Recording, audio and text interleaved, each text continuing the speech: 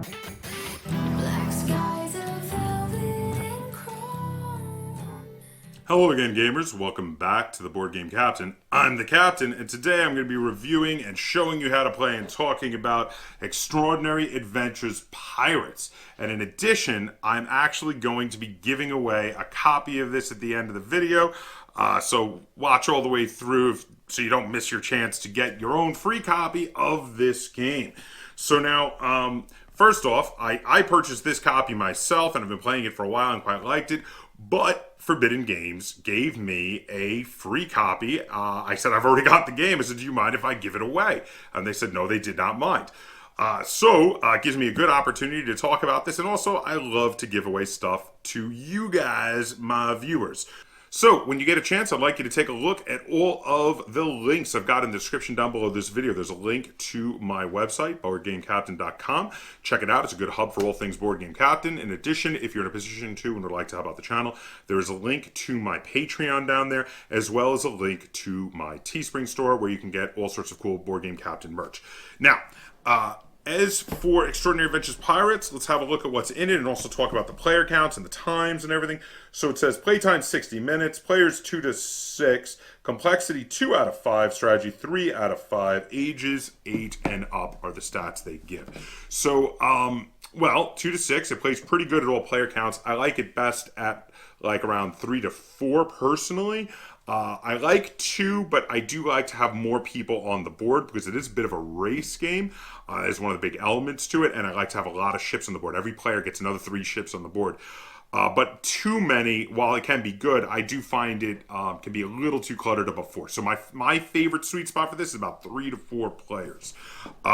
So in regard to the 1 hour, it does usually take around that amount of time, but it can be more or less depending on the number of players. I do wish they'd put a range in there. If the age is 8 and up, I think that's actually pretty right on the money. This one's a pretty easy one to just pick up and play, and very easy to teach, very easy to learn. So let's have a look at what comes in the box. So you've got the rulebook. The rulebook is very well done. Not much in the way of any issues, really. Everything's very clear, lots of big diagrams that show you, the board setup and how to play, how each of the cards work and everything. This is a very clear, very well done rulebook, and I like that they have lots of little asides in here called Pirate History, where they give you some real facts about what it was like to live as a pirate during the age of the Pirates of the Caribbean. Next, we have the board. So you're going to see a lot of the board out in play. I'm just going to show a little bit of it here. But one thing I want to say is this board is absolutely gorgeous. Let me see if I can unfold it here easily. There we go. This board is beautiful. Absolutely gorgeous. The production quality on this game is off the freaking charts. Okay, so you've got a bunch of awesome plastic cubes of different colors. The colors are real easy to tell the difference. If I don't know how good it is for colorblind people, but they do seem like significantly different colors. I don't know. Comment down below if you're colorblind and would have an issue with these colors. But we've got pink, brown, blue, white, and yellow, and they all seem like significantly different colors to me. We've got a deck of cards. The cards are really nice. They're like linen finish. They have cool artwork on them, and they have a bunch of the characters, and it says Extraordinary Adventures Pirates on the back. It's tons of cards. We've got a really nice felt cloth bag that's embroidered. It says Extraordinary Adventures Pirates on it. This is really nice. I really like this. This is one of those extra little things that they do when producing games that just make me feel like they went above and beyond. Then we've got a bunch of linen finished tiles. These are cardboard punch-out tiles for the treasures. These are really well done. They each show a treasure chest on them, but there are different pictures. They are actually varied. I'm going to show a couple here so you can kind of see what I'm talking about. There are different pictures on the treasure chest, and they easily show you what crates they require for you to get those treasures. Then we have a bunch of big chunky wooden pirate meeples of the different colors. These are really cool. I love chunky wooden meeples, so those are really nice. And finally, we've got some plastic ships. Now, I do want to draw attention to the insert here while talking about the ships, because this insert, well, first off, it's got a place for everything in it, and I like that, but look at this. This is great. I love how this tray comes out. You've got 3 of the faction ships right here, the other 3 underneath. Very easy to get at the ships. This is a very well done insert. Maybe my one gripe on the insert might be that this card slot here could be a little deeper. As you see, they're just kind of sliding off there. But overall, actually, the board holds them in place, and this is a really well done insert. The production on this game is really nice, and the ships, these little plastic miniature pirate ships, are fan-frickin-tastic. All right, so without any further ado, I'm going to take you to the table, and we're going to tell you how to play the game, run you through a bunch of turns so you can see how the game is played, and then I'm going to come back. I'm going to talk about how this game plays and how it feels. I'm going to rate it and review it, and I'm going to get a second opinion from Lynn. Okay, so here you can see we're set up for a 3-player game of Extraordinary Adventures Pirates. So I will be playing over here on this side of the table, and I will be playing red.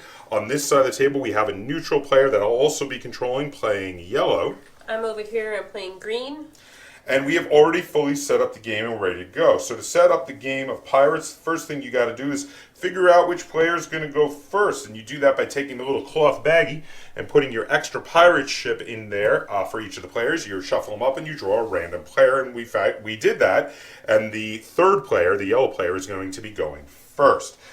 Then you take out your pirate ships from the bag and place them in front of you so everyone can see who is playing what color. And you place all of the cargo cubes in the bag. Then, and once you have done that, you take out cargo cubes and put them on the merchant spots all around the board randomly from the bag, based on the number of little red squares are beneath each merchant space. So they specifically dictate how many cubes they're going to get. Then you shuffle up the 20 cargo tiles.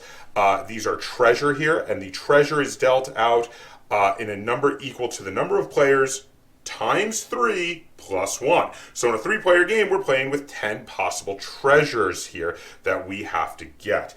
Now, after doing that, the next thing after the treasure tiles is that we take our starting deck of cards, which are 10 cards that have our color on the face. We shuffle them up, draw 5 cards. The other 5 will be our starting deck. Then we shuffle up the merchant deck and we place it right over here. We shuffle up the port deck. Lynn, would you point that to that over there for me? Thank you. And we deal 3 face-up cards from that deck beneath the board there. After that, we each take, for the advanced game, which we have chosen to do because we really like it, we each take our little pirate meeples. I'm going to show you one of them here. And we take turns in reverse turn order, starting with the last player, which was me, placing them on ports. You place them 1 each on each of the ports. So without any further ado, and we're going to run you through a few turns and show you how this goes. And when specific rules come up, we're going to tell you what you do with them, and then at the end, we're going to run you down how you would score a game of Extraordinary Adventures Pirates. So without any further ado, the yellow player has the first turn. Okay, so the yellow player gets to play their cards. They get to play 3 cards from their 5-card hand out and can decide what to do with them. Now, when you play cards, they will have numbers over here, which can tell you how far you could use it to move a ship, or sometimes they have an ability. You can either do the number or ability, your choice. Now, your starting cards, we only have 1 card with an ability, and they don't have that in their starting hand. They're not going to be doing it. They're just going to be playing 3 lubber cards, which are just 1 movement, no possible ability, and they're going to play them 1 each on each of their ships, have a very easy turn. Once they've played them, they're going to discard them, so their yellow ships are going to move 1 space out onto the track of each track and just get going. Once they've done that, they're going to draw back up till they have a full 5-card hand, which means they draw another 3 cards from their deck over here. 1, 2, 3. So they have a 5-card hand, and that is going to be it for yellow's first turn, and then it is going to be Lynn's turn. I am going to play these 3 cards for a total of 4 movement. And what are you gonna do with that 4 movement? I'm going to move my green one 4. 1, Let's see he here. goes Oh, right one of them was on a... Oh, he's supposed to be on a space. Yes. 1, 2, 3, 4. So we'll go right there. Yes. Okay. So is that going to be it for your turn? Yep. My turn then. Okay. I'm going to play... I have the card with the special ability, but I'm going to be using him for his movement. So I'm going to play 3, 4, 5, 6 movement. I'm going to play it all on my red ship that is in Havana, and then it's going to go 1, 2, 3, 4, 5, 6, and make it all the way to plundering. So in order to plunder, you have to stop. If you have any extra movement, it is wasted. You get to take all of the cubes from the plundered space. And then once you've taken those cubes, which I already had one extra because of starting last, everyone but the first player gets some extra bonuses for starting other than first. So I started with a white cube, and I now picked up a yellow and a pink cube. So I got some good cargo here. In addition, I get to draw the top card off of the merchant deck over here, random, and I will place it in my discard pile.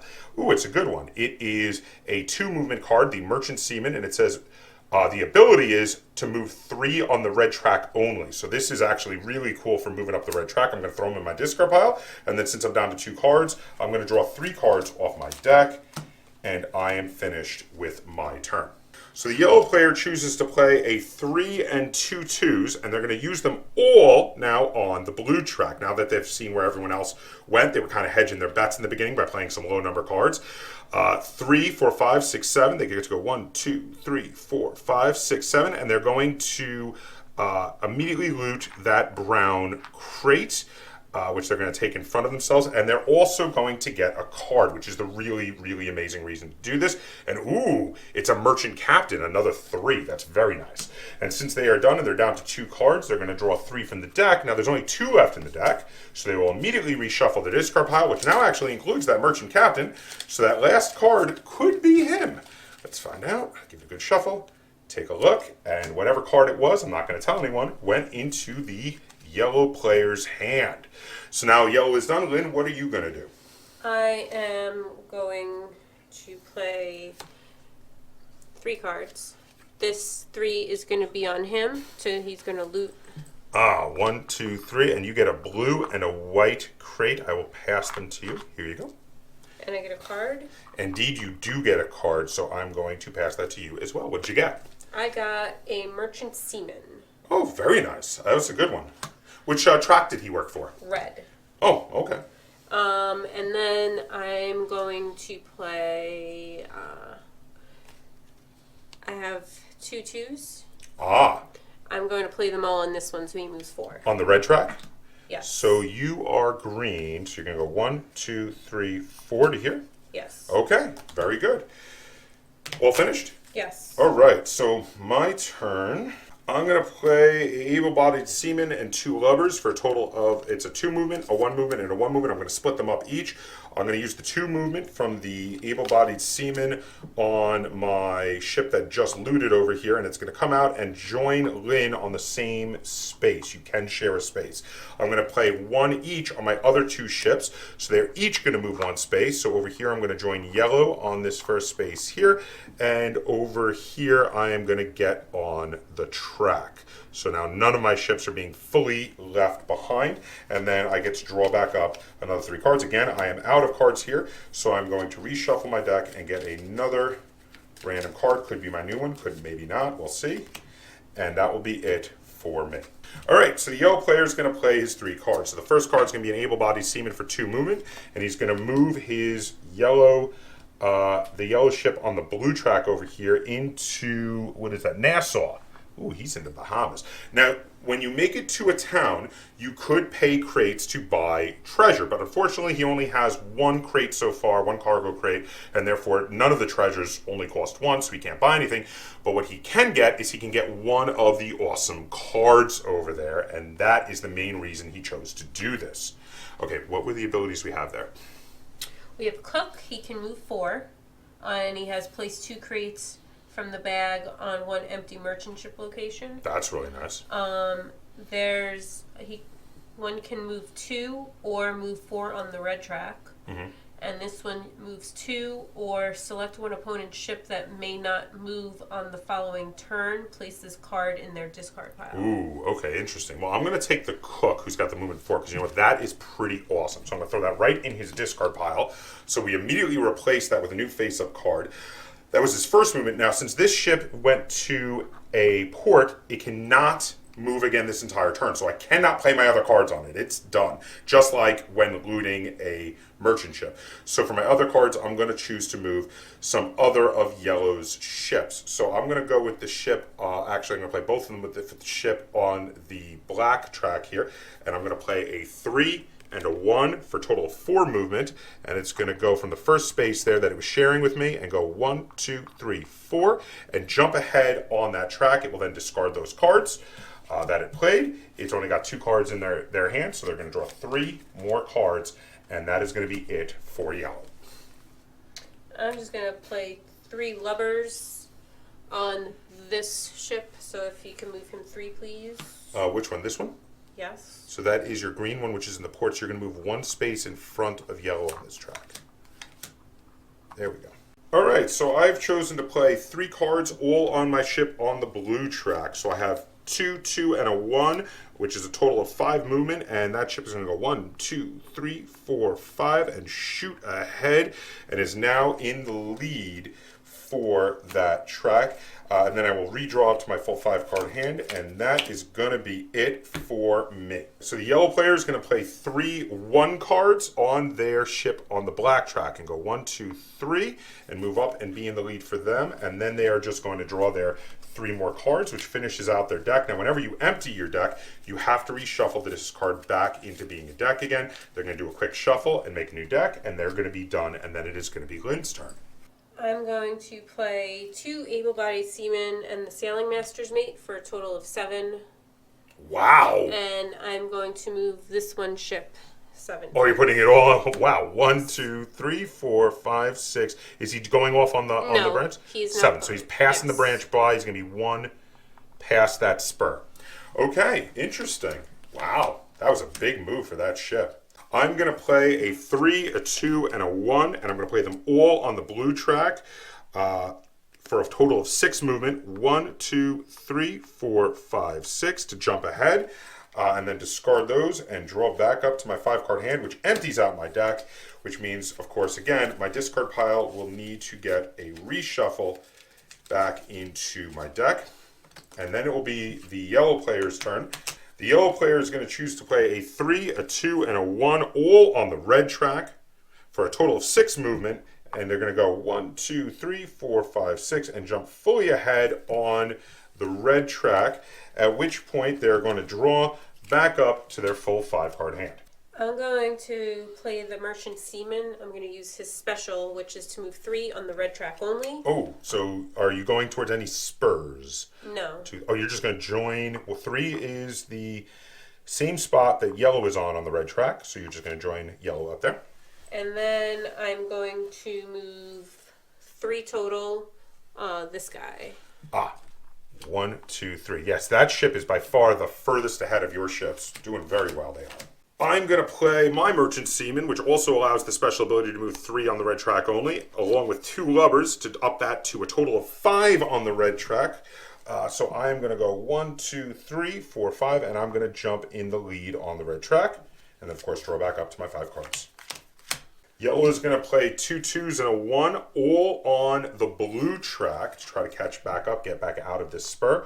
1, 2, 3, 4, 5, and they are back on the main track there. And then, of course, draw back up to their 5-card hand. I'm going to play a 3 and a 1 to move him. 1, 2, 3, 4, and are you going to loot it? Yes. All right, so Lynn gets a blue and a brown crate and a card. Something good, I hope, for you? That's 2 movement. What, is it any special ability? No. Oh, No. okay. Still better than the 1s. It might be a case to get rid of those 1s at some point. And then I'm going to just play a 1 on, let's do that guy. Okay, you are green, so you're going to no longer be sharing a spot with, I'm going to just turn them all so they're kind of facing the same direction. There we go. And we're all in a tight 1, 2, 3 formation there. Synchronized pirating. Mm-hmm.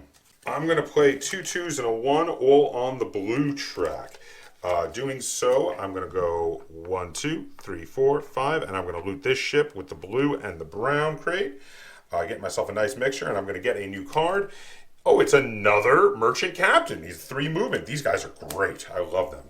Okay, and that's going to be it for me. Then it is yellow's turn. Yellow is going to play their cook, which has a movement of 4, along with 2 lubbers, which are 1s, all on the red track. And they're going to go 1, 2, 3, 4, 5, 6, and they're going to loot this merchant ship here. They get 1 pink and 1 yellow crate to add to their cargo, and they're going to get 1 random card over here. They get a young merchant seaman. It's a 2er. Still better than those ones, and they're going to, of course, redraw, but they run out of cards and do a quick reshuffle to fill up their hand.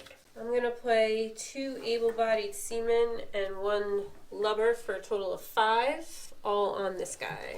So 1, 2, 3, 4, 5. Very nice.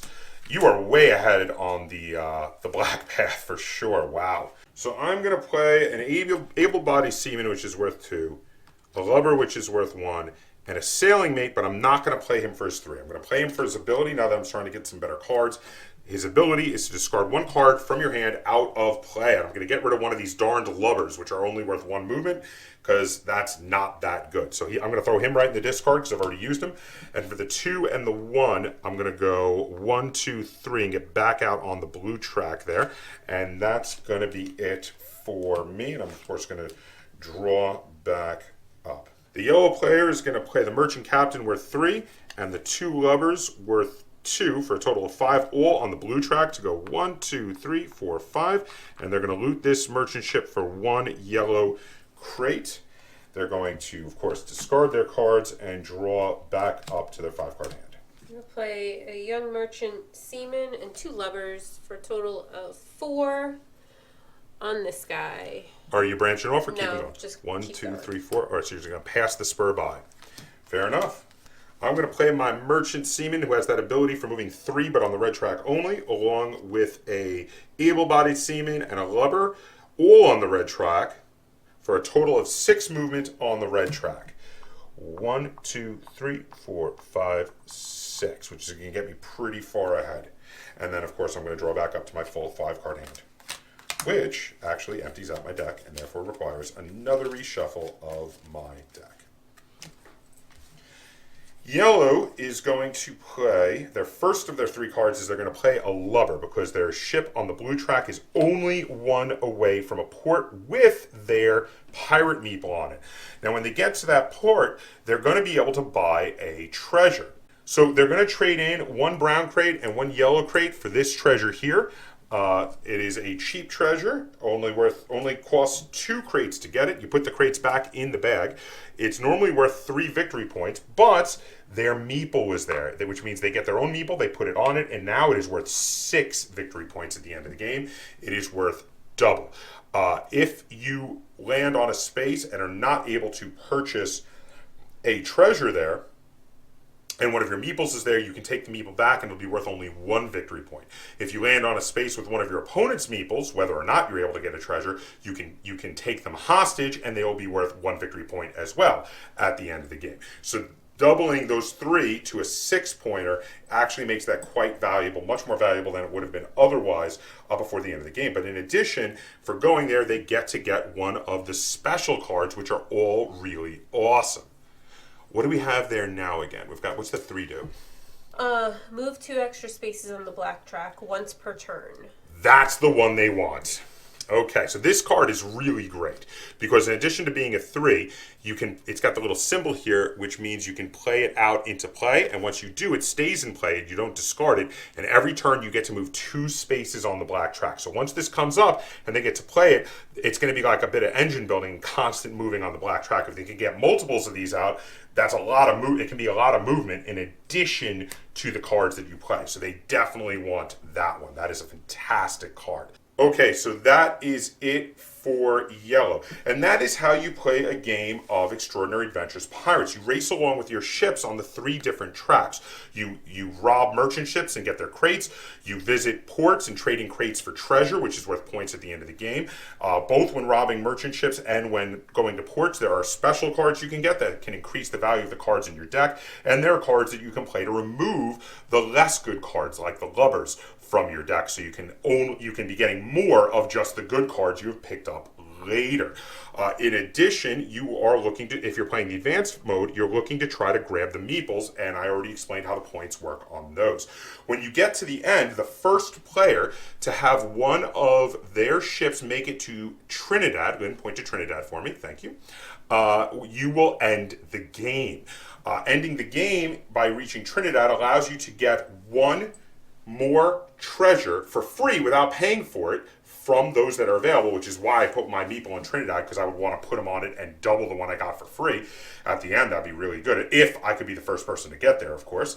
And then you count up bonus points for the end of the game. So of course you get points for the meeples that you have taken, points for the tiles, and double points if you've managed to get a meeple on one of the treasure tiles. Each cargo crate remaining is worth half a point, so every 2 is worth 1 point. And then depending on the number of players you're playing, you get points which are marked on the board there. Let me point that out. There's a cheat sheet and it's got a table. So at 3 players, like we're currently playing, the person who is in first place on each of these race tracks will get 12 points. That includes whichever track it was you came off of, that if you were the one to trigger by hitting Trinidad. And the second place gets 5 points, third place gets nothing.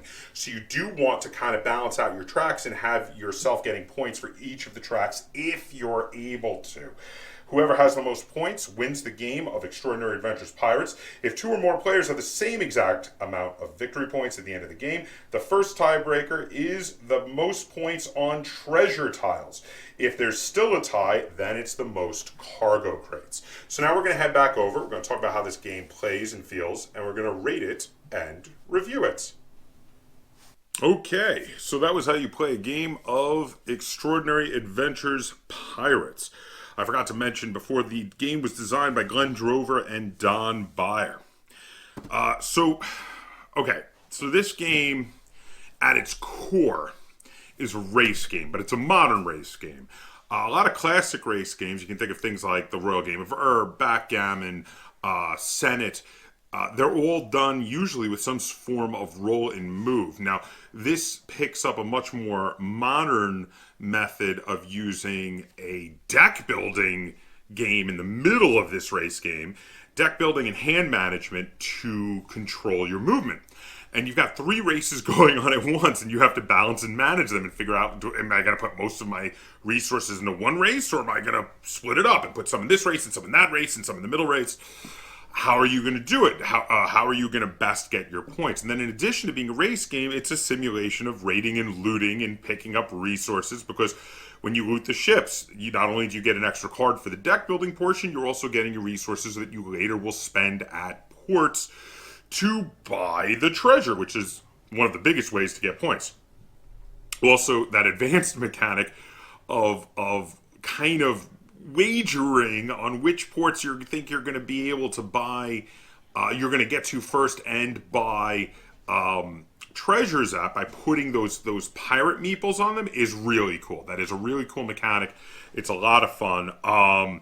This game is very well designed. It's very clean. I've played a lot of Glenn Drover's designs before, who is one of the 2 designers. I'm actually friends with Glenn. He has consistently been a fantastic designer, whether working by himself or with others. His games are always good to amazing. And this one is no exception. This is definitely in there. I don't want to give away yet whether it's closer to good or closer to amazing, but yeah, this is a really, really good design. It's very clean. You've got the deck building, you've got a little bit of engine building with the cards that you can get that you can then just play in front of yourself and do those abilities every turn. Those are really awesome. I love going straight for them when they come up. Those are really amazing cards and can be game winning in my opinion. You have, again, it is mainly a race game, but then there's also some resource management and set collecting going on with the getting the right sets of colors of crates to trade them in for the treasures.